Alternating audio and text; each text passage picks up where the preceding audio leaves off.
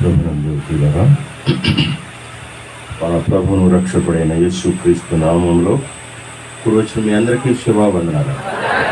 దేవుని మహాకృపను బట్టి, ప్రేమను బట్టి ఈ 2వ రోజు కూడికకు దేవుడు మనం తీసుకొచ్చాడు.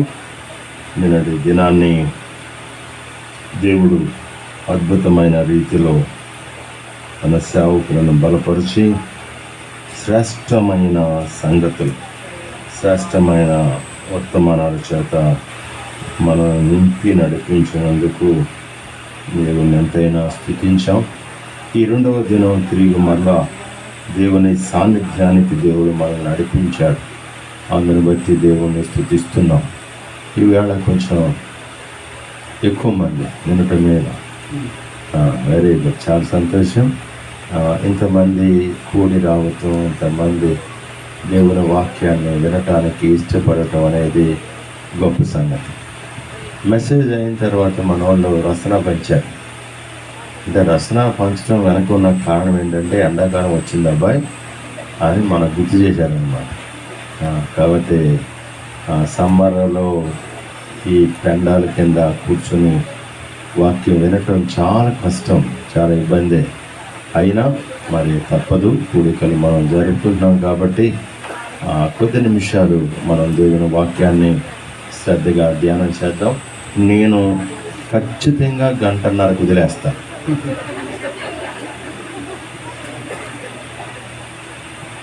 నవ్వారా మీ అందరూ? ఈవేళ సంఘాలు ఎందుకు నవ్వులు పాలైపోతున్నాయో తెలుసా?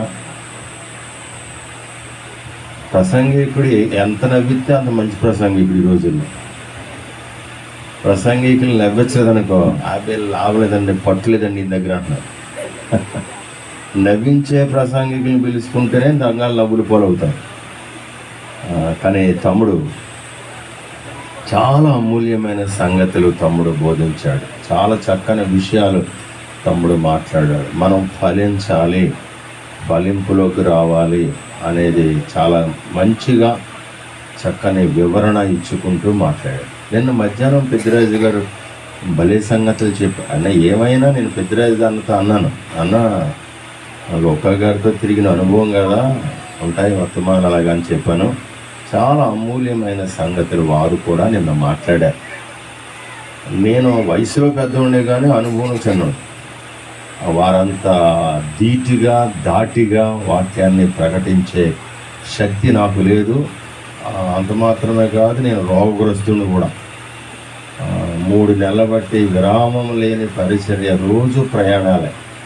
కాబట్టి ఈ మధ్యన మా డ్రైవర్ కూడా ఒంట్లో బాగోక నేనే డ్రైవ్ చేసుకోవాల్సి వస్తుంది. కారు 300-400 కిలోమీటర్ల మెసేజ్లు ఇచ్చి డ్రైవ్ చేసుకుంటూ తిరుగుతుంటే నీరసం వస్తుంది. ఇప్పుడు కూడా ఒక కార్యక్రమాన్ని చేసుకునే మీ దగ్గరికి వచ్చాను. కాబట్టి కొంత అలసట ఉంది, శారీరక బడలిక ఉంది, శరీరం సహకరించట్లేదు. కానీ పాల్ గారంటే నాకు ఎందుకో ప్రత్యేకమైన అభిమానం. నాకు చాలా ఇష్టం ఆయన అంటే. పాల్ గారేమో నన్ను పిలిచేటప్పుడు ఏమోనండి మీరు ఏం చేస్తారు నాకు తెలియదు కానీ సుధాకర్ గారు చెప్పమన్నారు అంటాడు. అంటే సుధాకర్ గారు అంటే ఇక సుధాకర్ గారు చెప్తే పీటర్ రాజు గారికి ఆజ్ఞాపించినట్టే అని పాల్ గారు అర్థం. ఇక ఎక్కడున్నా బయలుదేరి రావాలి. కాబట్టి పాల్ గారు చాలా మంచి సేవకుడండి. పాల్ గారు విధేయుడు, సేవా ఆసక్తి కలిగిన వాడు, చక్కని పరిచర్య జరిగిస్తూ ఉన్నారు. రాత్రి మంచాలు తెమ్మని చెప్పారు ఆయన. మేము సాయంత్రం వచ్చేటికి మంచాలన్నీ మందిరంలో ఉన్నాయి. మా సంఘాల్లో మంచినీళ్ళు తెమ్మని తెత్తలేదు. నిజం చెప్తున్నానండి, మంచినీళ్ళు ఇవ్వండి అమ్మంటే కానీ ఇక్కడ మంచాలు ఎత్తున్నారు, దుప్పట్లో, దరగల్లో, దిండ్లు. నిజంగా పాల్ గారి మాటకు మీరు ఎంత చక్కని విధేయత చూపించారండి. ఎవరైతే మంచాలు ఇచ్చారో వాళ్ళకి రాత్రులు చక్కని నిద్ర కలుగుగాక. మంచాలు ఇవ్వనోళ్ళు తెల్లారులు మెలుగుగా ఉండుగా. మరి తెమ్మన్నప్పుడు తేవాలిగా. కాబట్టి మంచాల పరిచర్య బాగుందండి, చక్కని పరిచర్య మీరు చేశారు. మంచిది. ఆ సమయం ఇప్పటికే చాలా సమయం అయింది. దేవుని వాక్యాన్ని ధ్యానం చేద్దాం. మనం ఏ గ్రంథాన్ని ధ్యానం చేస్తున్నాం? తీయండి. వెరీ గుడ్, మీరు ఎంత మంచివాళ్ళమ్మ. జకర్యా గ్రంథం 1వ అధ్యాయం 1-2 వచనాలు నేను చదువుతాను. బైబిల్ని వారు తెరిచి చూడండి. బైబిల్ ఒకళ్ళు లేకపోతే నేను చదివేటప్పుడు నాతో కలిసి జకర్యా గ్రంథం. దర్యావేషు ఏలుబడి యందు 2వ సంవత్సరము 8వ నెలలో యెహోవా వాక్కు ప్రవక్తయు ఇద్దోకు పుట్టిన బెరక్యా కుమారుడైన జకర్యా ప్రత్యక్షమై సెలవిచ్చినది ఏమనగా, యెహోవా మీ పితరుల మీద బహుగా కోపించాను. అంతే, ఇంకా అంతకు మించి ఏం కాదు.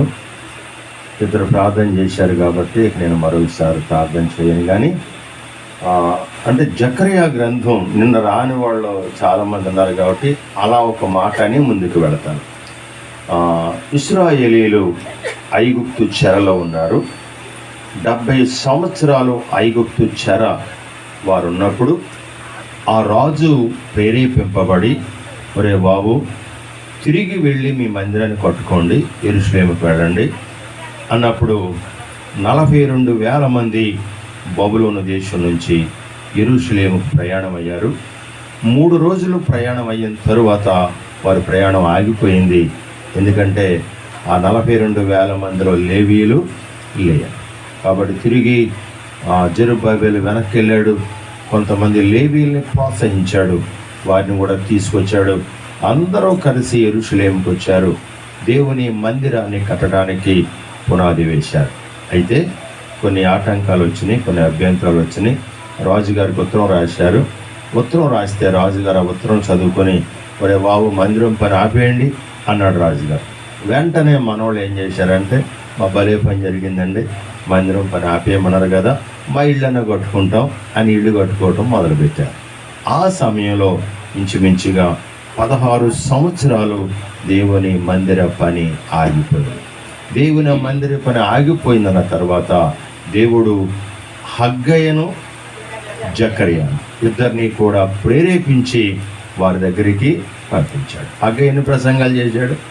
3 ప్రసంగాలు. 3 ప్రసంగాలు హగ్గయ్య చేశాడు. హగ్గయ్య ఎన్నో నెలలు చేశాడు?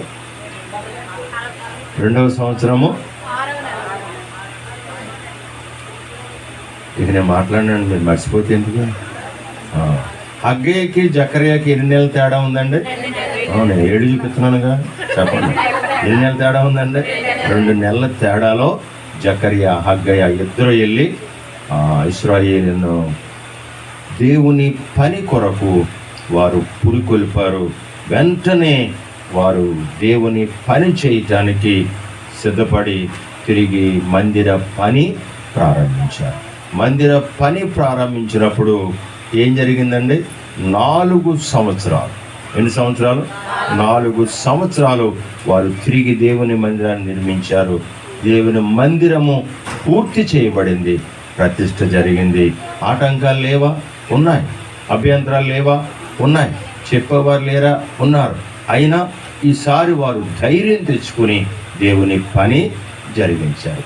ఈ జకర్యా గ్రంథం ఏంటంటే, ఈ పని ఆగిపోయినప్పుడు, దేవుని పని ఆగిపోయినప్పుడు జకర్యా హగ్గయ్య పెద్దోడా జకర్యా పెద్దోడా?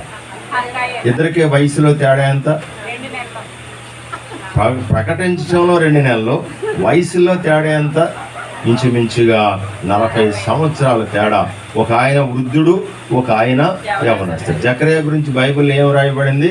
యవనస్తుడు అని వ్రాయబడింది. కాబట్టి యవనస్తుడైన జకర్యా వెళ్ళాడు, పెద్దవాడైన హగ్గయ్య వెళ్ళాడు. ఇద్దరు కూడా ప్రకటన చేశారు.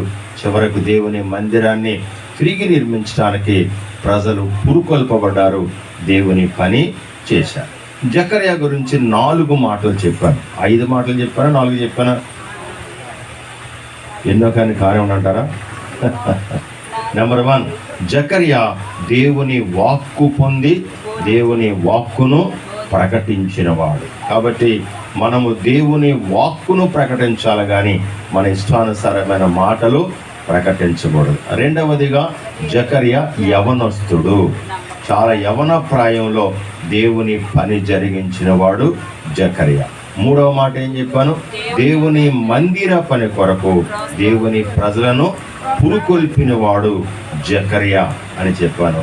నాలుగవ మాట, జకర్యా హతసాక్షి అయిపోయాడు. జకర్యా ఏమయ్యాడండి? ఎక్కడ చంపేశారు జకర్యాను? దేవుని మందిరములో. దేవుని మందిరములో ఎక్కడ చంపేశారు? బలిపీఠం దగ్గర చంపేశారు. అతడు బలిపీఠపు కొమ్ములు ఎందుకు పట్టుకున్నాడు? బ్రతకాలని. ఎవరైనా ఇప్పుడు మన చరిత్ర అంతా చూస్తే చాలా టైం అవుతుంది. ఎవరైనా దేవుని బలిపీఠం దగ్గరికి వెళ్ళి బలిపీఠపు కొమ్ములు పట్టుకుని నిలబడితే వెంటనే ఆ మనిషి రక్షింపబడాలి. కానీ అది కూడా చూడకుండా జకర్యా బలిపీఠం దగ్గరికి వెళితే బయట ఉన్న ప్రజలు జకర్యాను రాళ్లతో కొట్టి చంపేశారు. జకర్యా హతసాక్షి అయిపోయాడు. ఇలా చూడండి, ఒక మాట చెప్తాను. యేసుక్రీస్తు వారికి శిష్యులు ఎంతమంది? 12 మందిలో సహజ మరణం పొందిన వారు ఎంతమంది?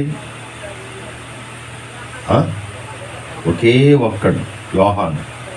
యోహాను మాత్రమే సహజమైన మరణం పొందారు. మిగతా 11 మంది కూడా హతసాక్షులైపోయారండి. యేసుక్రీస్తుని వెంబడించిన 12 మంది శిష్యుల్లో 11 మంది హతసాక్షులైపోయారు. ఇక్కడ జకర్యా కూడా హతసాక్షి అయిపోయాడు, చనిపోయాడు. ఇది కొంచెం బ్యాక్గ్రౌండ్, జకర్యా గ్రంథం యొక్క బ్యాక్గ్రౌండ్. ఈ జకర్యా గ్రంథం అంతా కూడా మొట్టమొదటి 6 అధ్యాయాలు కూడా ఒకే రాత్రి జరిగిన దర్శనాలు. 7వ అధ్యాయం, 8వ అధ్యాయం 2 అధ్యాయాలు కూడా ఉపవాస ప్రార్థనకు సంబంధించిన అంశాలు ఉంటాయి. తర్వాత మిగతా అధ్యాయాలు 9వ అధ్యాయం దగ్గర నుంచి 14వ అధ్యాయం వరకు కూడా ఆయన 2వ రాకడ, ఆయన యుద్ధ సమాచారాలు, వారికి సంబంధించిన విశేషాలు, ఇవన్నీ కూడా ఆ 9వ అధ్యాయం నుంచి 14వ అధ్యాయం వరకు మనకి దొరుకుతాయి. సరే, ఇది మంచిది. ఇక్కడ ఈరోజు నేను మాట్లాడబోయే అంశం ఏంటంటే, చిన్న మాట చెప్తాను చూడండి. అక్కడ అన్న మాట ఏంటంటే 2వ వచనం, యెహోవా మీ పితరుల మీద బహుగా, చాలా చిన్న వచనం, దేవుడు కోపడ్డాడు అంతే, ఇంక అంతకుమించి ఏం కాదండి. అక్కడ దేవుడు కోపడ్డాడు. ఏమండి, మిమ్మల్ని అందరినీ ఒక ప్రశ్న అడుగుతాను. దేవుడు గురించిన గుణ లక్షణాలు మీకు ఏమైనా తెలుసా? నేను అడిగిన ప్రశ్న అర్థమైందా? దేవుని గుణ లక్షణాల గురించి మీరు ఏమైనా చెప్పగలరా అని అడుగుతున్నాను. నేను ఒకటి చెప్తాను. ఆయన కనికరము కలిగిన దేవుడు. ఇంకా అంతే, మీ స్టార్టింగ్ ట్రబుల్ మీకు అందించాను మొదలెడుతున్నారు అంతే. 2వ పాయింట్ ఏంటి? 3వ మాట ఏంటి? జాలి కలిగిన దేవుడు, దయ కలిగిన దేవుడు, కనికరం కలిగిన దేవుడు, ప్రేమ కలిగిన దేవుడు, దీర్ఘశాంతుడైన దేవుడు, జ్యోతిర్మయుడైన దేవుడు, నిన్న నేడు రేపు ఏకరీతిగా ఉన్న దేవుడు, కల్మషం లేనివాడు, పరిశుద్ధుడు. ఇప్పుడే అన్న చెప్పాడు కదా, పరిశుద్ధుడు. ఇలాంటి గొప్ప దేవుడు, ఇలాంటి జాలి, కనికరము, ప్రేమ, దీర్ఘశాంతము కలిగిన దేవుడు ఎందుకు కోపించాడు? బహుగా కోపించింది. ఎందుకు కోపించాల్సిన అవసరం ఏర్పడింది? ఎందుకు అంతగా కోపడుతున్నాడు? చాలాసార్లు మనం ప్రార్థన చేయడానికి మోకరించిన ప్రతిసారి కూడా మనం మాట్లాడేది ఏంటి? దయగలిగిన దేవా, ప్రేమ కలిగిన తండ్రి, మమ్మల్ని ప్రేమించాయా, మమ్మల్ని కాపాడయ్యా, మమ్మల్ని భద్రపరిచాయా, మాకు కావలసినవన్నీ సమకూర్చయ్యా, ఉద్యోగం ఇయ్యా, భోజనం ఇయ్యా, ఇవన్నీ మనం ప్రార్థన చేస్తూ ఉంటాం. కానీ ఆయన కోప్పడుతున్నాడంట, ఆయనకు కోపం వస్తుందంట. ఈరోజు నేను మాట్లాడబోయే అంశం ఏంటంటే, ఎందుకు ఆయన కోపపడుతున్నాడు? ఏమండి, మన పితరుల మీద కోపపడిన దేవుడు మన మీద కోపడ్డా? ఏదోటి చెప్పండి, అవునో కాదో? కోపడతాడు, కోపడ్డా అంటే మన మీద కూడా ఆయన కోపడతాడు. ఏ సందర్భాల్లో కోపడతాడు, ఎలాంటి సందర్భాల్లో కోపడతాడు చూద్దాం. చూడండి, ఇర్మియా గ్రంథం 7వ అధ్యాయం, ఇర్మియా గ్రంథం 7వ అధ్యాయం 18వ వచనం.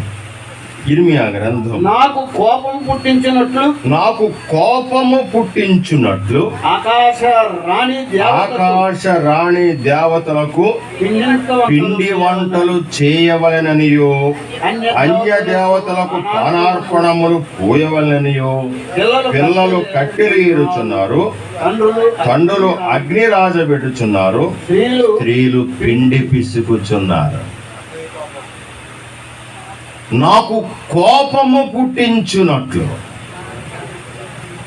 వీళ్ళు ఆకాశరాణి దేవతలకు పానార్పణములు చేయించున్నారు. ఎవరంట? మొత్తం కుటుంబం అంతా ఉందా లేదు? ఇక్కడ పిల్లలు ఉన్నారు, పొలలు ఏరుతున్నారు, తండ్రులు ఉన్నారు, అగ్ని రాజు పెడుతున్నారు, భార్యలు ఉన్నారు, పిండి పిసుకుతున్నారు. మొత్తం కుటుంబం అంతా కూడా అన్య దేవతల ఆరాధనలో ఉన్నారు. ఇలా చూడండి. మీకు ఈ అష్టారోతులు, ఈ అన్య దేవతల పానార్పణలని పై మాట అన్నాడు, ఆకాశరాణి దేవత అన్నాడు. ఆకాశరాణి దేవత గురించి కానీ మనం స్టడీ చేస్తే వాళ్ళు ఆకాశరాణి దేవతకు వారు ఎందుకు అనిపించారు? సంతాన లేమి దేవత అనే పేరు కూడా దానికి. ఆకాశరాణి దేవతకు మరొక పేరేంటంటే సంతానం ఇచ్చే దేవత, సంతానాన్ని కల్పించే దేవత, సంతానాన్ని ఇచ్చే దేవత, సంతానాన్ని కల్పించే దేవత. ఏమండి ఇలా చూడండి అందరూ కూడా. లేయా ద్వేషింపబడుట యెహోవా చూచి. ఎందుకు లేయా ద్వేషింపబడింది? గట్టిగా చెప్పండి అమ్మా. ఎందుకు లేయాని ద్వేషించాడు? గర్భఫలము లేదు కాబట్టి. గర్భఫలము ఇచ్చేది ఎవరు? దేవుడే. హన్నాకు గర్భఫలం ఉందా లేదా? పెనిన్న ఏం చేసింది? ఎల్కానా పెనిన్న ఏం చేశారు? రోజు విసిగించి ఏడిపిస్తూ దుఃఖ పెడుతూ ఉంది హన్నాకు పిల్లలు లేరని.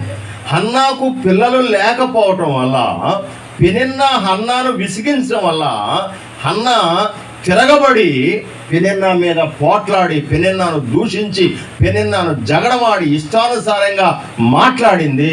అంతేనా? మరి ఏం చేసింది? ఎక్కడికి వచ్చింది? షిలోహుకి. షిలోహులో ఉన్న దేవుని మందిరం కొరకు వచ్చింది. హన్నాకు పిల్లలు లేరు. పిల్లలు లేకపోతే ఎక్కడికి వచ్చిందండి? దేవుని మందిరానికి వచ్చింది. కానీ ఇశ్రాయేలు ఏం చేస్తున్నారు తెలుసా? పిల్లల కోసం ఆకాశరాణి దేవత దగ్గరికి వెళ్తున్నారండి. వెళ్ళేది పిల్లల కోసం. మాకు పిల్లలు లేరయ్యా, మాకు పిల్లలు కావాలయ్యా. 44వ అధ్యాయం అదే ఇర్మియా గ్రంథం, 44వ అధ్యాయం అదే ఇర్మియా గ్రంథం 44వ అధ్యాయం 17వ వచనం. 44:17 నెరవేర్చబోచున్నావు.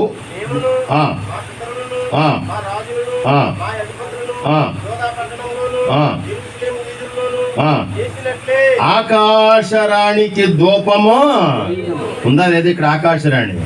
ఈ ఆకాశరాణికి ధూపము వేయించు, ఆకాశరాణిని పూజించుచు, ఆకాశరాణిని కొలుస్తూ వీళ్ళు ఎవరికి కోపం పుట్టించారంట? దేవునికి కోపం పుట్టించారంట. మీరు నాకు కోపము పుట్టించినట్లు ఆకాశరాణికి ధూపం వేస్తున్నారు. ఈ తమ్ముడు, మీ చెల్లి, ఆయనకి ఎందుకు కోపం వచ్చిందంటే ఆయనకు దేవత ఆరాధన చేస్తున్నారు. ఇశ్రాయేలు దేవత ఆరాధనలో ఉన్నారు. కుటుంబం మొత్తం దేవత ఆరాధన చేస్తున్నారండి. పిల్లలేమో కట్లేరుతున్నారు, తండ్రి ఏమో అగ్నిరాజు పెడుతున్నాడు, పనులేమో పిండి పిస్తున్నారు. మొత్తం కుటుంబం అంతా కూడా దేవత ఆరాధనలో సంతానం కొరకు, సంతానం లేమి కొరకు, సంతానం కొరకు ఆ దేవత దగ్గరకు వచ్చి దేవత ఆరాధన చేస్తుంటే ఎవరు కోపం వచ్చింది? దేవునికి కోపం వచ్చింది. సంతానం ఇవ్వాల్సింది ఎవరు? సంతానం ఇచ్చేది ఎవరు? ఒక మాస్టర్ నా దగ్గరికి వచ్చారు. అన్నయ్య, నా భార్యకు నేను విడాకులు ఇస్తున్నాను అన్నయ్య అన్నా. గారు అన్న, దేనికోసరా? ఎందుకు? ఇద్దరు టీచర్సే కదా, చక్కగా బతకొచ్చు కదా, ఎందుకు విడాకులు ఇస్తున్నావు అని అడిగితే అతను చెప్పిన కారణం ఏంటి తెలుసా? నా భార్యకు పిల్లలు లేరు అన్నయ్య, కాబట్టి దీనికి విడాకులు ఇచ్చి ఇంకొక ఆమెను నేను పెళ్లి చేసుకుంటాను. ఏమండి, బైబుల్ గ్రంథంలో ఒకవేళ విడాకులు ఇవ్వాల్సి వస్తే ఏ కారణాన్ని బట్టి ఇవ్వాలి? వ్యభిచార కారణాన్ని బట్టి మాత్రమే విడాకులు ఇవ్వాలి. ఇక మరి దేనికి కూడా విడాకులు ఇవ్వటానికి వీల్లేదు. ఇప్పుడు నేనేం చెప్పాలి? వీడికి పెళ్లి చేస్తే నాకు 10,000 ఇస్తాడు, రెండో పెళ్లి నేనే చేయాలిగా. మరి 10,000 ఎక్కడ బాగొట్టుకోను? ఇచ్చాయి అనాలి ఇప్పుడు నేను. ఎంత విచారకరమైన సంగతి! పిల్లల్ని ఇచ్చేది దేవుడు అని తెలిసిన కేవలం పిల్లల కొరకు ఎన్ని సమస్యలు కుటుంబాల్లో, ఎన్ని గొడవల కుటుంబాల్లో, ఎన్ని కుటుంబాలు శాంతి సమాధానం లేక, పిల్లలు లేక ఇబ్బందులు పడుతున్న కుటుంబాలు క్రైస్తవ కుటుంబాలు. నేను అన్య కుటుంబాల గురించి మాట్లాడలే. క్రైస్తవ కుటుంబాలు, పైశాచికత్వంతో పనిచేస్తున్న కుటుంబాలు, ఇష్టానుసారంగా బ్రతుకుతున్న కుటుంబాలు. పిల్లల్ని ఇచ్చేది దేవుడు. నేనేమన్నా దేవుణ్ణా అన్నాడు బైబిల్లోకి ఆయన. ఇదే నన్ను అడుగుతావండి, నేనేమన్నా దేవుణ్ణా అన్నాడు ఆయన. దేవుడు ఇస్తాడండి బిడ్డల్ని, దేవుడు ఇచ్చేవాడు బిడ్డల్ని. కానీ బిడ్డల కొరకు అన్య దేవతల ఆచారాలు, అన్య దేవతల పద్ధతులు, అన్య దేవతల ఆరాధనలు, అన్య దేవతల గుడుల చుట్టూ తిరుగుతాం. నీ బిడ్డల కోసం నువ్వు రావాల్సింది షిలోహుకు రావాలి, దేవుని మందిరానికి రావాలి. కానీ అన్య దేవతల దగ్గరికి వెళ్ళి అన్య దేవతలను ఆరాధిస్తున్నారు కాబట్టి ఆయనకి ఏమొచ్చిందంటండి? కోపం వచ్చిందండి. ఇశ్రాయేలీలు ఆయనకు కోపము పుట్టించిరి. మొట్టమొదటి కారణం ఏంటంటే వాళ్ళు ఎక్కడికి వెళ్ళారండి? ఆకాశరాణి దేవత దగ్గరకు వెళ్ళారు. కుటుంబ సమస్యలు, కుటుంబంలో సమస్యలు ఉండవా? సమస్యలు లేని కుటుంబాలు ఉన్నాయండి. అసలు ఈ ప్రపంచంలో ప్రతి కుటుంబంలో కూడా సమస్యలు ఉంటాయి. అసలు సమస్య లేని కుటుంబం అంటూ ఈ ప్రపంచంలో లేదు పిల్లారా. ఒకవేళ ఈ కుటుంబంలో సమస్య ఉందా, నువ్వు రావాల్సింది షిలోహు కానీ ఆకాశరాణి దేవతల దగ్గరకు. ఆకాశరాణి దేవత గురించి ఒక భక్తుడు మాట్లాడుతూ అన్నాడు. ఏమో అది ఎంతవరకు కరెక్ట్ అని నేను చెప్పను, అది రైట్ అని కూడా నేను చెప్పను. కానీ కోర్టుల చుట్టూ తిరగటం అన్నాడు ఆయన. కోర్టులను ఆశ్రయించడం, కోర్టుల దగ్గరికి వెళ్ళటం, కోర్టుల్లో విజ్ఞాపనలు చేయటం, కోర్టుల్లో పిల్లులు వేసుకోవటం, కోర్టుల్లో కేసులు వేసుకోవటం, కోర్టుల చుట్టూ తిరగటం అనేది దేవుడు అంగీకరించేది కాదు. ఈ తమ్ముడు పిలిచెల్లి, ఒకవేళ నీకు సమస్య ఉందా, నీకు కష్టం వచ్చిందా, నీకు ఇరుకొచ్చిందా, నువ్వు షిలోహుకు రావాలి. కానీ ఆకాశరాణి దేవత దగ్గరకు వారు ఆకాశరాణి దేవత దగ్గరికి వెళ్ళారు కాబట్టి నాకేమొచ్చింది? కోపం వచ్చింది. సమస్యలు ఉన్నాయి, కష్టాలు ఉన్నాయి, ఇరుకులు ఉన్నాయి, ఇబ్బందులు ఉన్నాయి. రావాల్సింది దేవుని మందిరానికి, దేవుని సేవకుల దగ్గరికి రావాలి. కానీ ఎక్కడో మీటింగ్ చేశాను, ఇంటికి వచ్చేసరికి 2 అయింది, చాలా లేట్గా అయింది. సరే అనుకున్నసరికి ఎవరో ఫోన్ వచ్చింది నాకు. ఒకడు నాకు ఫోన్ చేశాడు, ఆడి పెళ్ళి నేనే చేశాను. ఫోన్ చేసి అన్నయ్య బాగున్నావా అన్నాడు. బాగానే ఉన్నాను రా. అర్ధరాత్రి కాడ ఫోన్ చేసి బాగున్నాను అడుగుతాను.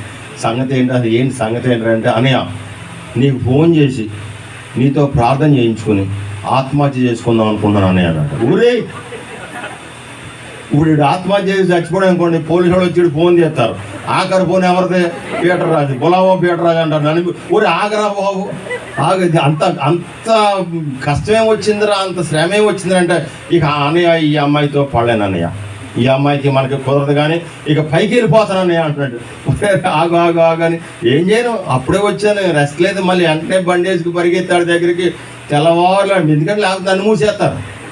ఆఖరి పోనీ ఈయనకి వెళ్ళిందని నన్ను మూసేస్తారని ఆ తెల్లవారులాడు దగ్గర కూర్చుని ఆయన లేపి ఆయన సర్దుబాటు చేసి, ఇంతకీ సమస్య ఏంట్రా అంటే, అన్నయ్య ఈ అమ్మాయి అస్సలు మాట వినట్లేదు. అమ్మాయిలు మాట వింటారండి అంటే వాళ్ళు చెప్పాలి. ఈ బ్యాచ్ ఎందుకు చెప్తుంది? ఒరే నువ్వు చేసిన తప్పు ఏంటి అని అడిగాను. అన్నయ్య నేను చేసిన ఒకే ఒక తప్పు అన్నయ్య, నా భార్య ఎదురుగుండా కూర్చో ఆ అమ్మాయిని పొగిడాను అన్నయ్య, అదే నేను చేసిన తప్పు అన్నాడు. మీరు పురుషులారా, మీకు ఇచ్చే సూచన ఏంటంటే భార్యల ముందు ఎవరిని పొగడకండి, చాలా డేంజర్. అంతే ఆ రోజు మొదలెట్టిందండి ఈవిడి. ఇంట్లో నరకం చూపిస్తుంది. ఎక్కడ దాకా తీసుకెళ్ళిందండి ఈవిడ, ఆత్మహత్య చేసుకున్న దాకా తీసుకొచ్చి ఈ తమ్ముడు అప్పుడు చెల్లి కుటుంబాల్లో సమస్యలు ఉంటాయి, కుటుంబాల్లో శోధనలు ఉంటాయి, కుటుంబాల్లో ఇబ్బందులు ఉంటాయి. మనం రావాల్సింది షిలోహు కానీ ఆకాశరాణి దేవత దగ్గరకు కాదు. వారు ఎందుకు కోపం వచ్చిందంటే వారు ఆకాశరాణి దేవత దగ్గరికి వెళ్ళారు, అందుకు కోపం వచ్చింది. నెంబర్ 1. నెంబర్ 2, రెండవ మాట చూద్దాం చూడండి. అదే ఇర్మియా గ్రంథం 8వ అధ్యాయం, అదే ఇర్మియా గ్రంథం 8వ అధ్యాయం 19వ వచనం. యెహోవా సియోనులో లేకపోయినా, ఆమె రాజు ఆమెలో లేకపోయినా, ఆమె రాజు ఆమెలో లేకపోయినా అని ఆ, బహు దూర దేశం నుండి ఆ, నా ప్రజలు రోదన శబ్దము, నా ప్రజల రోదన శబ్దము వినపడుచున్నది. వారు వారి విగ్రహముల చేతను అసహ్యమైన అనన్యమైన మాయా రూపము చేతను నాకేలా కోపము తెప్పి. అమ్మ బాబు తమ్ముడు, దేవునికి కోపం రప్పించడానికి ఇశ్రాయేలు చేసిన రెండవ పని ఏంటంటే వారు విగ్రహాలు చేసుకుంటున్నారట. ఏమన్నాడు అక్కడ? వారి విగ్రహముల చేతను అన్యమైన మాయారూపముల చేతను నాకు కోపము పుట్టించితిరి. విగ్రహాల వల్ల కోపం. ఈవేళ మనలో లేవా విగ్రహాలు? ఆనాడు ఇశ్రాయేల్ దగ్గర విగ్రహాలు ఉన్నాయి. వారి దగ్గర ఉన్న ఇశ్రాయేల్ దగ్గర ఉన్న విగ్రహాలను బట్టి దేవుడు బహుగా కోపిస్తుంటే, దీర్ఘశాంతము కలిగిన దేవునికి కోపం వస్తుంటే, మరి మన దగ్గర విగ్రహాలు లేవా? మనము విగ్రహాలు పెట్టుకుని బ్రతకట్లేదా? ఆరాధన చేస్తున్నాం, ఆరాధనలో ఉంటున్నాం, ప్రభువుని ఆరాధిస్తున్నాం, గణపరుస్తున్నాం, కానీ విగ్రహాల్లాగానే మన జీవితాల్లో ఉండిపోతాం. క్రైస్తవ జీవితాల్లో విగ్రహాలను బట్టి ఆయన కోప్పడేవాడిగా ఉన్నాడట. ఆయనకు కోపం వస్తుందట. వారు విగ్రహాలు పెట్టుకుని ఉన్నారు. అమ్మా తమ్ముడు, మనలో ఉన్న విగ్రహాలు ఏంటి? మనలో ఏమైనా విగ్రహాలు ఉన్నాయా? మాట్లాడరేంటి? అదే విగ్రహం. అలా సోతారు చూడండి మీరు, అదే పెద్ద విగ్రహం. నోరు తెరిచి మాట్లాడరు, ఇదే విగ్రహం. అదే ఇంటికి వెళ్ళండి, మీ పక్కింటి వాళ్ళు కొంచెం కజ్జి జరపనివ్వండి,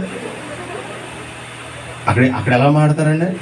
జరగదీసేస్తారు. అక్కడ ఆడు దుంప దింపేస్తారు. అది చూడండి, మా ఊర్లో ఒక ఆవిడ వెళ్ళి అటే మగోడు కొట్టేసింది. ఆడు కొన్ని కొట్టేసామేంటి అంటది. అనయ్య ఈ మనిషిని కొట్టింది చూడండి. నేనేం చేయను రా అంటే, చూడు ఆ గొడవ చూడు అంటాడు. వెళ్ళి కొట్టినా అమ్మాయిని. పవర్ అంతా మీ దగ్గర ఉందిలేండి, ఏం చేస్తాం వాళ్ళకి ఉందో మా పని. అమ్మా మన జీవితాల్లో కూడా విగ్రహాలు ఉన్నాయి.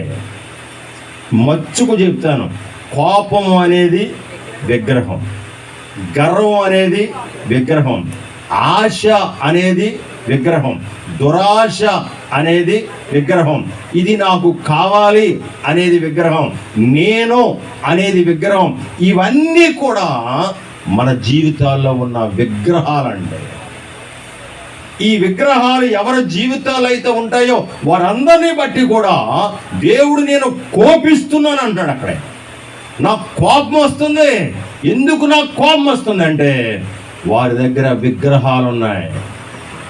ఈ తమ్ముడు ప్రీచెల్లి ఎంతకాలం విగ్రహాలు పట్టుకు బతికేది? కోపమును మానము వస్తే బాగా అని చెప్తాడు. మిమ్మల్ని ప్రశ్న అడగలరు, కోపానికి ఆగ్రహానికి తేడా ఏంటి? చెప్తే ప్రసంగం ముందుకెళ్తే అక్కడ ఆగుద్ది. కోపానికి ఆగ్రహానికి రెండు ఒకటేని అంటారా? ఒకటేని మార్కులు వేస్తారా? ఇప్పుడు నేను చెప్తాను, తర్వాత ఏంటి మార్కులు మీరు ఇలా చూడండి. ఆ బ్యాచ్కి వచ్చేది కోపం, ఈ బ్యాచ్కి వచ్చేది ఆగ్రహం. అది సంగతి. అటే బ్యాచ్ అంతా అది కోపడే బ్యాచ్, ఇటే బ్యాచ్ అంతా. అందుకే మిమ్మల్ని వేరువేరుగా కూర్చోబెడుతున్నారు ఇక్కడ. అమ్మ బాబోయ్, ఆగ్రహం. ఆరాధనలో వాక్యం చెప్పాను, ఆరాధన పాత్రలు వెళుతున్నాయి ప్రజల మధ్యలోకి. సరం లేసిందని ఒక ఆవిడ, ఎన్నిసార్లు చెప్పాలా? దానికి ఇచ్చాక నాకు ఇస్తావే, ముందు నాకివ్వాలి కదా. ఇంతకీ ఆరాధనకి రొట్టి రసం కొనేది ఈవిడంట. మాకు తెల్లా గొడవ. నేను రొట్టె రసం నేను వండాను కాబట్టి ముందు నాకి, తర్వాత దానికి. నేను ఆయన అయిపోయిన తర్వాత అన్నాను, అమ్మ ఇక నీ జీవితంలో ఎప్పుడు రొట్టె రసం కొనకమ్మ, నువ్వు పక్కన నుంచో, ఎవరో ఒకరు కొంటారులే, లేకపోతే సంఘమే కొంటుందిలే అమ్మ, ఇచ్చేందుకు ఇలాంటి గొడవలు. ఈవేళ కోపం, గర్వం, విశ్వాసుల జీవితాల్లో గర్వంతో నిండిపోతున్నారండి. ఒక చోట మీటింగ్లో వాక్యం చెప్పడానికి వెళ్ళాను. నాతో పాటు ఇంకో సేవకు అన్నాడు, పేరు చెప్పాలండి. అబ్బా ఎంత గర్వం అండి, సేవకుడివే కదా నువ్వు. ఆ పిలిచిన వాళ్ళు ప్రోగ్రామ్ షీట్ రాసి ఇచ్చారు, అన్నయ్య మీరు ఆఖరిని సువార్త చెప్పి ముగించి వెళ్ళిపోండి అంటే ఈయన కోపం వచ్చేసింది. ఆయన ఏంటి లాస్ట్లో మాట్లాడేది నేను, లాస్ట్లో సువార్త చెప్పాల్సింది నేను, ఆల్టర్ కాల్ ఇవ్వాల్సింది నేను, ఆయన ముందు ఎట్టండి, ఆయన ముందు యా బాబు నేను ఎక్కడ మాట్లాడమంటే అక్కడ మాట్లాడు, ఎప్పుడు మాట్లాడమంటే అప్పుడు మాట్లాడతాను, లేదు మాట్లాడదు కూర్చోమంటే ఇంకా సంతోషిస్తాను. ఇవాళ సేవకుల్లో గర్వం, విశ్వాసుల్లో గర్వం, విగ్రహాలు పెట్టుకున్న విశ్వాసులు, విగ్రహాలతో బ్రతుకుతున్న విశ్వాసులు, విగ్రహాలతో నటిస్తున్న విశ్వాసులు. సంఘాల్లో ఎంతకాలం నటిస్తాం? వేషాలు వేసేదా సంఘం? సంఘాలు ఏమన్నా సర్కస్ కంపెనీలు అండి వేషాలు వేయడానికి? ఇవాళ సంఘాల్లో బతుకుతూ, సంఘాల్లో జీవిస్తూ గర్వం, కోపం, ఆశానిగ్రహం, ఆశపడటం, దురాశపడటం ఇవన్నీ కూడా విశ్వాసుల జీవితాల్లో పెట్టుకుంటే నీ కొరకు ప్రాణం పెట్టిన దేవునికి కోపం రాకేమవుతుంది? ఎంత జాలిగా చూస్తున్నాడు, ఎంత కనికరంగా చూస్తున్నాడు, ఎంత ప్రేమగా చూస్తున్నాడు, ఎంత దయగా చూస్తున్నాడు. ఆయనకే కోపం రప్పిస్తున్నాం మనం. ఇక ఆయన తట్టుకోలేక కోపడుతున్నాడండి. వీళ్ళ బ్రతుకులు మారం, వీళ్ళ జీవితాలు మారం, ఎప్పుడున్నా ఇంతేగా భక్తిని నటిస్తున్నారు. తమ్ముడు, ప్రిచెల్లి, ప్లీజ్, దేవుడు కోపడుతున్నాడంట. వారు విగ్రహములను బట్టి నాకు కోపము పుట్టించేది. ఆకాశరాణి దేవత దగ్గరికి వెళ్ళారు, నాకు కోపం వచ్చింది. రెండవదిగా వారు విగ్రహాలు చేసుకుంటున్నారు, అందుకు నాకు కోపం వచ్చింది. మూడో మాట చూద్దాం, చూడండి. మూడో మాట ఇర్మియా గ్రంథం 11వ అధ్యాయం, ఇర్మియా గ్రంథం 11వ అధ్యాయం 17వ వచనం. ఇశ్రాయేలు వంశస్థులను, యోధా వంశస్థులను బయలునకు దోపార్పణము చేసి నాకు కోపము పుట్టించిరి. ఇది మూడవ కోపం. మొట్టమొదటి కోపం ఏం చెప్పామండి? వాడు ఆకాశరాణి దేవత దగ్గరకు వెళ్ళారు, అది మొదటి కోపం. రెండవ కోపం ఏంటి? వాళ్ళు విగ్రహాలు చేసుకుంటున్నారు, అది రెండో. ఏమంటే బైబిల్ గ్రంథంలో మాట ఉంది, వారు నన్ను విసర్జించి, ఇర్మియా గ్రంథంలో ఈ మాట ఉంటుంది కదా, వారు నన్ను విసర్జించి వారి కొరకు తొట్లను తొలిపించుకున్నారంటాడు. అక్కడ ఎవరిని విసర్జించారు? వారు నన్నే విసర్జించారు. కోపం రాకేమవుద్దండి ఆయనకి? ఆయన కోపడటంలో న్యాయం ఉంది, ఆయన కోపడుతున్నాడట. ఇక్కడ మూడవదిగా వారు చేస్తున్న పని ఏంటంటే, వారు బయలునకు, వాళ్ళ బయలు దేవత దగ్గరికి వెళ్ళారంట. వారు బయలు దేవత దగ్గర పూజలు చేస్తున్నారట, అందుకు కోపం వచ్చిందంట. ఈ తమ్ముడు, ఈ చెల్లి జాగ్రత్తగా వినండి. గొట్టాల్లో కూడా వెళ్తుంది బయటికి, తప్పేం కాదు, అవసరం కాబట్టి చెప్తున్నాను. ఎన్ని సంఘాలకు రాజకీయ నాయకులు వస్తే మనం సన్మానాలు చేయట్లేదు? ఎంతమందిని లోకస్తులను పిలిచి సంఘాల్లో కూర్చోబెట్టట్లేదు? మా అబ్బాయి పెళ్ళికి మినిస్టర్ గారు వచ్చారు, మా అబ్బాయి పెళ్ళికి జాయింట్ కలెక్టర్ వచ్చాడు, మా అబ్బాయి పెళ్ళికి ఆర్డీఓ గారు వచ్చారు. వచ్చినప్పుడు ప్రతి కూడాతోనూ అనే సేవ సావుకులు తప్ప మరొకళ్ళు నేను స్టేజ్ మీద కూర్చొనేవాళ్ళు. అసలు సావుకుల వరకు మాత్రమే స్టేజ్ మీద ఉన్నారు. ఇవాళ సంఘాల్లో ఎవరు పడితే వారిని చొరబెట్టి తీసుకొచ్చి సంఘాలలో తయారయ్యండి. కొంతమంది ఎవరొస్తారు, తనయ్య నేను వస్తున్నానయ్య, మీరు లోన పిలుచు, సాల్వ డబ్బులు నేను ఇస్తానుగా, దండ డబ్బులు నేను ఇస్తానుగా, అయి నేను ఇస్తాను కదా, ఈ నేను ఇస్తాను కదా. ఇవాళ సంఘాల్లో ఎవరు పడితే వాళ్ళు చొరబడిపోతున్నారండి. ఇక సంఘానికి ఒక క్రమం లేదా, ఒక పద్ధతి లేదా, సంఘ సేవకునికి గౌరవం లేదా, అవసరమైతే సేవకుడు కూడా పక్కన పెడుతున్నారు. జాగ్రత్త జాగ్రత్త జాగ్రత్త. సంఘము యేసు క్రీస్తు స్వరక్తం ఇచ్చి సంపాదించిన సంఘం. నువ్వు గొంతులేయడానికి వీల్లేదు, నువ్వు బయలును తీసుకొచ్చి సంఘంలో పెట్టడానికి వీల్లేదండి. ఇవాళ బయలు తీసుకొచ్చి సంఘంలో పెడుతున్నారు, బయల దోపార్పణ చేస్తున్నారు, బయలును పెచ్చివేస్తున్నారు, బయలు దగ్గరికి తీసుకొచ్చి ఆరాధనలు చేస్తున్నారండి. వాళ్ళకేం తెలుసు, వాళ్ళకేం తెలుసు. కొవ్వూరులో వాక్యం చెప్తున్నాను, నా ప్రసంగం మధ్యలో ఆపేశారండి. నా మెసేజ్ మధ్యలో ఆపేశారు. ఆరికరేవుల్లో నా మెసేజ్ ఆపేసి ఎవరో వచ్చారు, అని ఆయన కాసేపు మాట్లాడి వెళ్ళిపోతారు, ఆయనకి పని ఉందన్నారు. సరే నేనేం చేయను, మరి పిలవబడ్డాం, మీరు ఏం చెప్తే చెయ్యాలి. మేము మొత్తం కూర్చున్నాను, ఆయన వచ్చేసి మాట్లాడేసి ఏదో చెప్పేసాడు, వెళ్ళిపోయాడు. ఇప్పుడు అన్నాడు అని చెయ్యి అన్నాడు. ఏంటి చేసేది, ఏంటి చేసేది అంటే మీరు మాట్లాడనప్పుడు మాట్లాడి, మీరు కూర్చోమన్నప్పుడు కూర్చుని, మరి లేకమన్నప్పుడు లెగిసి. సేవకులంటే ఏలాకోలంగా ఉన్నారా? సేవకులంటే ఎటకారంగా ఉందా? సేవ అంటే వేళకోళంగా ఉందా? జాగ్రత్త. ఏమనుకుంటున్నారు? బయలకు దోపార్పణ చేయుచున్నారు. ఏది కూడా సంఘాల్లోకి రావడానికి వీల్లేదు. సంఘానికి ఒక క్రమం ఉండాలి, సంఘానికి ఒక కట్టుబాటు ఉండాలి, సంఘ నియమాలు ఉండాలండి. ఎట్ట పడితే అట్ట చేసేదే సంఘం, ఎలా పడితే అలా చేసేదే సంఘం. ఆయన ఎవరితో అన్నాడంట, ఎంతమంది పాస్టర్ల దగ్గరికి వచ్చి హ్యాపీ న్యూ ఇయర్ చెప్తారు, పీటరాజు ఇప్పుడు రాడేంటి అన్నారు.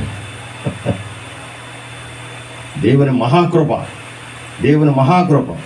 తర్వాత సంవత్సరం జాన్వరి ఫస్ట్కి ఆయనే నా దగ్గరికి వచ్చి హ్యాపీ న్యూ ఇయర్ చెప్పాడు. ఆయన ఏం కోరుకున్నాడు? నేను వెళ్ళాలని కోరుకున్నాడు. దేవుడు ఏం చేశాడు? ఆయనే నా దగ్గరికి పంపాడు. జాగ్రత్త పిల్లరా. ఒక నియమం ఉంది, ఒక కట్టుబాటు ఉంది, ఒక పద్ధతి ఉంది.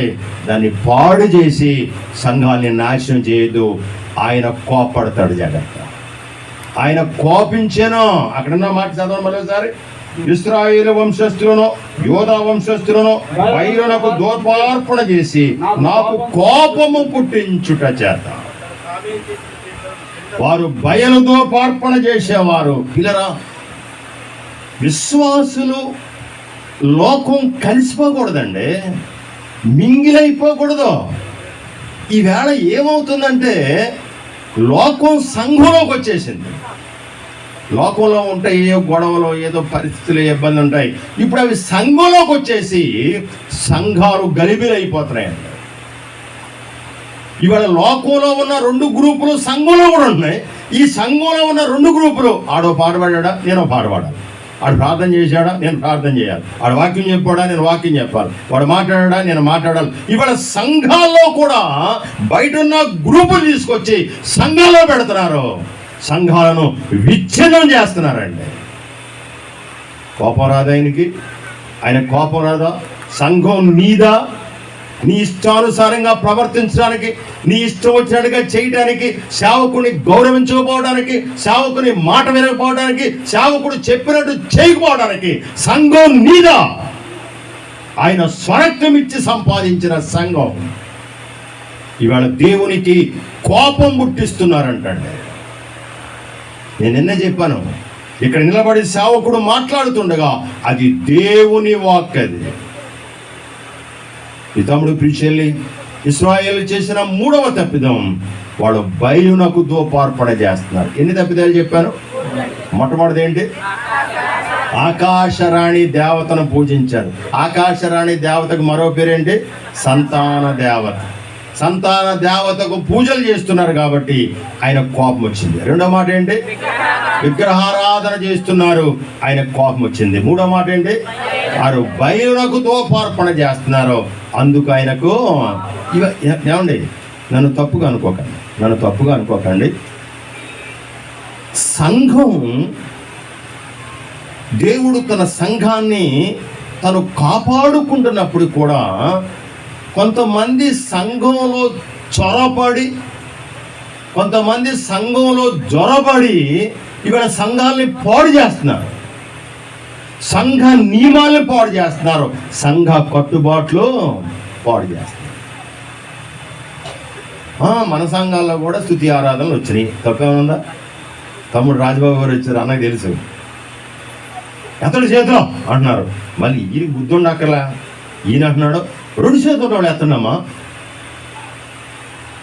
ఎక్కడ నేర్చుకున్నావా? జాగ్రత్త జాగ్రత్త జాగ్రత్త. నేను ఒక మాట చెప్పనా, నువ్వు క్రిస్టియన్ బ్రదరన్ అసెంబ్లీ జీడిఎం సంఘాల్లో నువ్వు ఒక సభ్యుడిగా ఉన్నావంటే దేవుడు నీకు ఇచ్చిన ధన్యత. ఏమంటే ఇలా చూడండి, ఆర్సీఎం సంఘం ఉంది. ఆర్సీఎం సంఘం చెప్పేది ఏంటో, సంఘం అంతా కూడా పేతురు మీద కట్టబడిందని చెప్తారు. అంతే, వాళ్ళకి మనకి తేడా ఏం లేదు. మనం సంఘం క్రీస్తు మీద కట్టబడింది అని చెప్తాం, ఆర్సీఎం వాళ్ళేమో సంఘం పేతురు మీద కట్టబడింది అని చెప్తారు. అంతే తేడా, అంతమించేయలేదు. ఈ తమ్ముడు ఈ చెల్లి ఏది పడితే అది, ఏ సిస్టమ్ పడితే ఆ సిస్టమ్, ఏ పద్ధతి పడితే ఆ పద్ధతి, ఏది పడితే అది తీసుకొచ్చి సంఘాల్లో చొప్పించేది క్రమం కాదు, అది అక్రమము. ఆయన కోపిస్తున్నాడు. ఏమండి ఇలా చూడండి, కొరడాలు చేశాడంట. యేసుప్రభు ఏం చేశాడండి? కొరడాలు చేశాడు. ఎందుకు చేశాడు? కొరడాలు ఎందుకు చేయాల్సి వచ్చింది? ఇలా చూడండి, బలిపీఠం, ఆవరణము, పరిశుద్ధ ఆవరణము ఇలా ఉంటాయి కదా. వీళ్ళ వ్యాపారాలు ఎక్కడ చేయడం మొదలెట్టారు? వీళ్ళు ఈ ఆవరణంలో వ్యాపారాలు చేయడం మొదలుపెట్టారు. ఎప్పుడైతే ఆవరణం చుట్టూ వీళ్ళు వ్యాపారాలు చేస్తున్నారో, అన్య జనాంగం దేవుని సన్నిధికి రావటానికి ఈ ఆవరణలో ఉన్నవారు అడ్డుగా ఉన్నారు. అందుకే యేసుప్రభు కోపం వచ్చింది. ఆయనకి విపరీతమైన కోపం వచ్చి వెంటనే బల్లలో పడదోశాడు, పావురాలు ఉదేశాడు, పశువులను తోలేశాడు, అన్నిటిని జల్లేశాడు, చిల్లరుంటే తీసేశాడు, అన్నిటిని తీసేసి ఆయన కొరడాలు చేశాడు. నందు బైబిల్లో ఆయన కొరడాలు చేశాడు. జాగ్రత్త జాగ్రత్త జాగ్రత్త. సంఘ క్రమాన్ని పాడు చేస్తే, సంఘ పద్ధతులు పాడు చేస్తే కాపాడేది పాలు గారు కాదు, కాపాడేది రాజబాబు గారు కాదు, కోపాడేది పెద్దిరాజు గారు కాదు. ఎవరు కోపం వస్తుందంట? సంఘ క్రమాన్ని పాడు చేస్తే కోపం వచ్చేది దేవునికి. అనేవాడు స్వస్థత ప్రార్థన చేయండి కొంచెం. ఇప్పుడు స్వస్థత ప్రార్థనలు ఎక్కడికి వచ్చినాయి? నూనె డబ్బాలు కాడికి వచ్చినాయి. నేను ఎప్పుడు బస్సు ఎక్కను సామాన్యంగా, ఎందుకో ఒక 5-6 సంవత్సరాల క్రితం తాడేపల్లిగూడలో బస్సు ఎక్కాను. శనివారం ఇంటికి వెళ్ళాక మా ఆవిడ అడిగింది, ఎడలకున్నావేంటన్నా? అలాగున్నానన్నాను. జిట్టుగారుతున్నాం పైనుంచి కిందకంటే ఆ బస్సు ఎక్కువ నూనె అంతా నాకు అనుకున్నట్టుంది. నేనేం చేయను? జాగ్రత్త పిల్లరా, జాగ్రత్త. ఏమనుకున్నారు? ఒక ఆవిడ అంది, మా సంఘంలో ఒక ఆవిడ అంది, అన్నయ్య గారు ఏమైనా మీ ప్రార్థనలో పవర్ లేదన్నాను.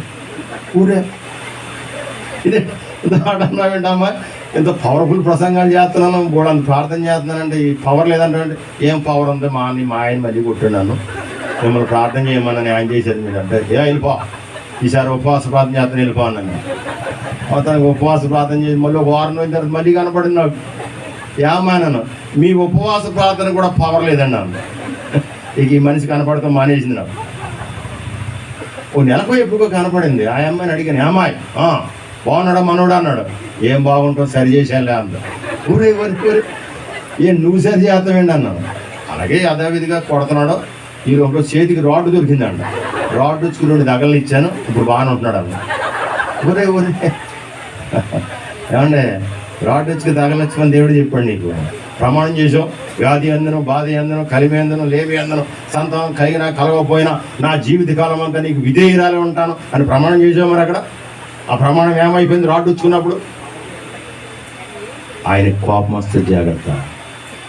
ఆయన కోపడుతున్నాడంటే సంఘంలో క్రమం లేకపోతే, సంఘంలో పద్ధతి లేకపోతే ఆయన కోపం పుట్టిస్తున్నాడు. ఎన్ని విషయాలు చెప్పాను? నా టైం అయిపోయింది. మిగతా విషయాలు మధ్యాహ్నం కంటిన్యూ చేస్తానులే కానండి. 3 విషయాలు కదా నేను చెప్పిన. నెంబర్ 1, మొట్టమొదటి ఏంటి? ఆకాశరాణి దేవత దగ్గరికి వెళ్ళారు, ఆయనకి కోపం వచ్చింది. రెండవది ఏంటి? వాళ్ళ విగ్రహాలు చేసుకుంటున్నారు, ఆయనకి కోపం వచ్చింది. మూడోది ఏంటి? బయలు నాకు దోపార్పణ చేశారు, ఆయన కోపం వచ్చింది. పితముడు ప్రిచెల్లి, దేవునికి కోపం పుట్టించే ఏ పని కూడా మనము, ఒక మాట చూడండి, అక్కడే నేను ముగిస్తాను. అదే ఇర్మియా గ్రంథం 7వ అధ్యాయం, అదే ఇర్మియా గ్రంథం 7వ అధ్యాయం 20వ వచనం చదువుతాను చూడండి. 20వ వచనం. అందువలన ప్రభువు యెహోవా ఎలాగూ సెలవిచ్చున్నాడు, ఈ స్థలము మీదను, నరుల మీదను, జంతువుల మీదను, పొలముల చెట్ల మీదను, భూమి మీదను. అయ్యి బాబోయ్, ఏమండి ఎక్కడ దాకా తీసుకొచ్చాడు చూడండి. నా కోపమును, నా ఉగ్రతను చదవండి, కుమ్మరించేదను, ఆర్పశక్యము కాకుండా అది. నా కోపము ఆర్పశక్యము కానిది. అసలు నాకే కోపం వస్తే ఎవడు తట్టుకోగలడు? ఆయన కోపం వస్తే అమ్మ ఇలా చూడండి, ఒక్కొక్క కొరడా దెబ్బ తగులుతుందండి. ఒక కొరడా దెబ్బ కొడితే ఆ కొరడా చివరన్న ముళ్ళు ఆయన మాంసపు కండలు లాక్కుంటూ బయటకు వస్తుంటాయి, ఆయన ముఖం మీద ఉమ్మేస్తుంటాయి, ఆయన శిరస్సు పైన ముళ్ళ కిరీటం పెట్టి దాన్ని రెల్లుతో కొడుతుంటే, ఆయనను కొరడాలతో హింసిస్తుంటే, చెప్పులు లేకుండా బరువైన శిలువ భుజం మీద ఎత్తుకుని ఆ వీధుల్లో ఆయన మోసుకుంటూ వెళుతుంటే, ఆయన చిత్తహింస పెడుతుంటే, ఆయన అన్న మాట ఏంటో తెలుసా? తండ్రి, వీరేమి చేయించున్నారో వీరిని క్షమించు, వీరిని క్షమించు అని క్షమాపణ గుణం కలిగిన ఆయేసే ఒకవేళ తన కోపాన్ని మీద కుమ్మరిస్తే, ఆయన కోపడితే ఆర్పశక్యము గాని ప్రచండమైన కోపం అన్నాడు. ఎవరెవరి మీద కోపం అన్నాడు చూడండి. అక్కడ అంటాడు ఎవరెవరి మీద కోపము, చదవండి అక్కడ ఒకసారి. ఇస్తుంది అక్కడ, ఎలాగూ సెలవిచ్చున్నాడు, ఈ స్థలము మీదను, నరుల మీదను, జంతువుల మీదను, పొలాల మీదను, చెట్ల మీదను, భూమి పంట మీదను. అబ్బా, ఎంత లిస్ట్ చెప్పాడండి. వీటన్నిటి మీద కూడా నా కోపము కుమ్మరించేదను. జాగ్రత్త పిల్లారా, మధ్యాహ్నం మరికొన్ని విషయాలు ఈ కోపం మీదే చెప్తాను నేను. ఆయన కోపడుతున్నాడు అంటే పితముడు ప్రిచెల్లి, ఆయన కోపడుతున్నాడు. ఆయన కోపాన్ని తట్టుకోగలమా మనం? అయ్యా నా మీద ఎప్పుడు కోపడకయ్యా.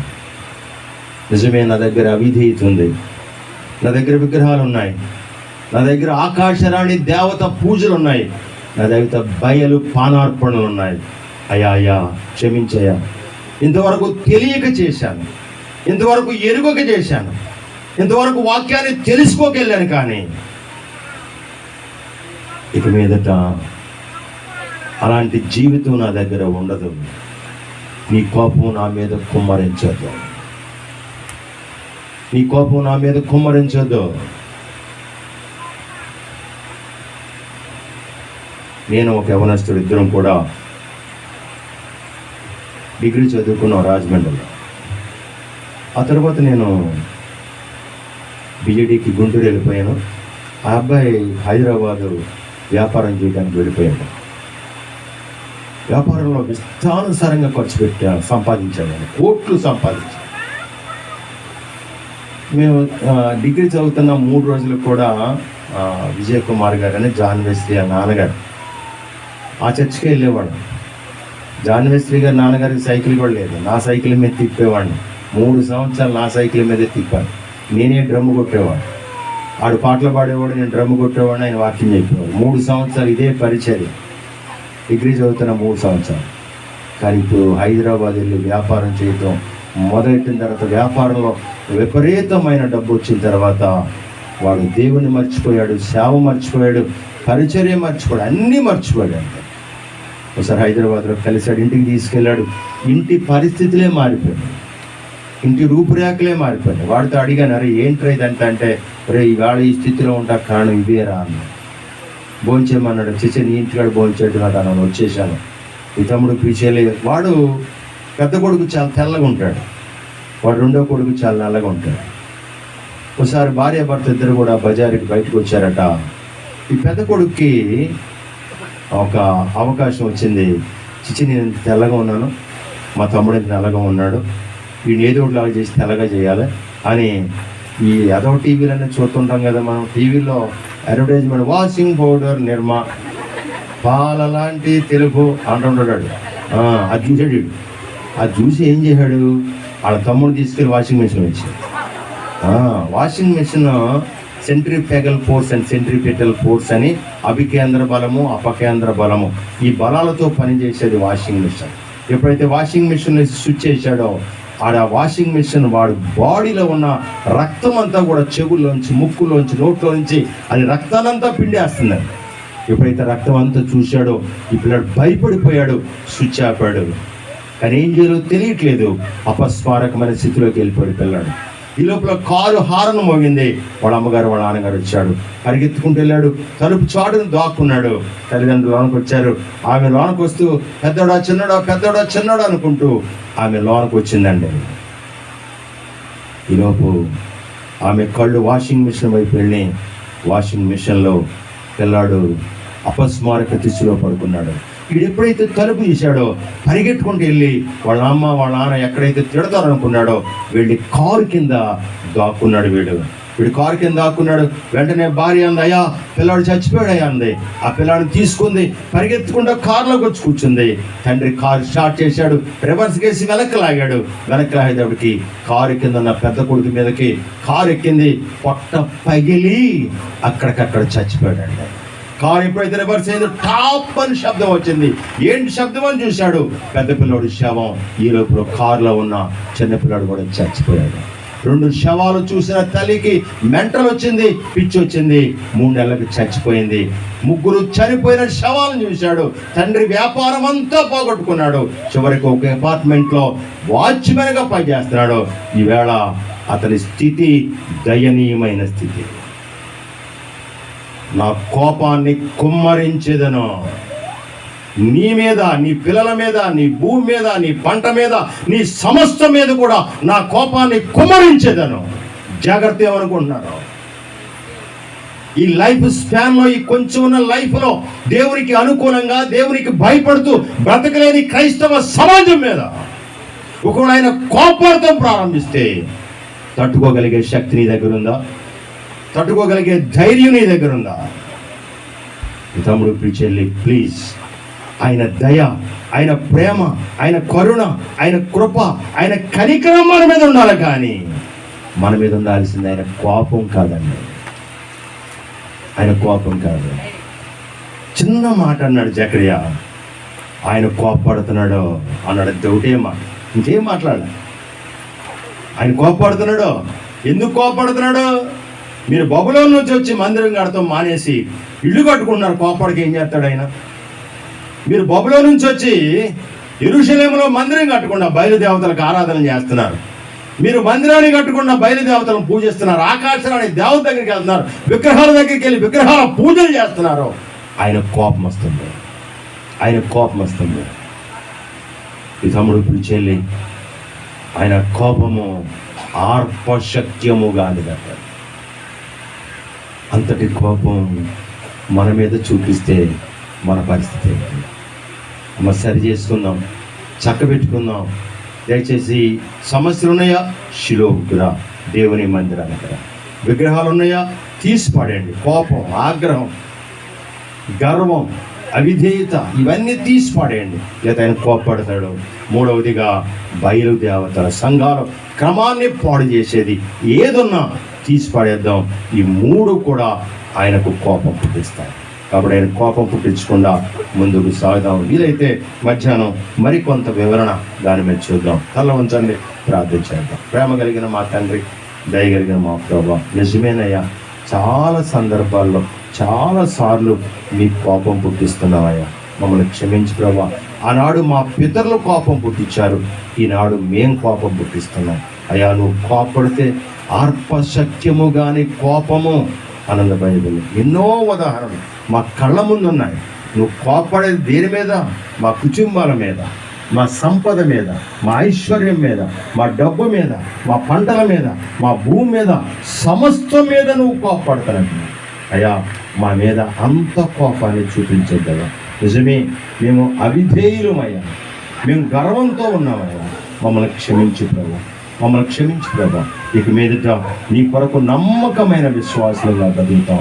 అట్టి కృప మాకు దయచేసి నడిపించమని మధ్యాహ్నం కూడికకు సిద్ధపరచమని, ఇప్పుడు జరగబోయే కార్యక్రమం అంతట్లో కూడా మీ తోడించి నడిపించమని యేసు నామములో అడుగుచున్నాము తండ్రి.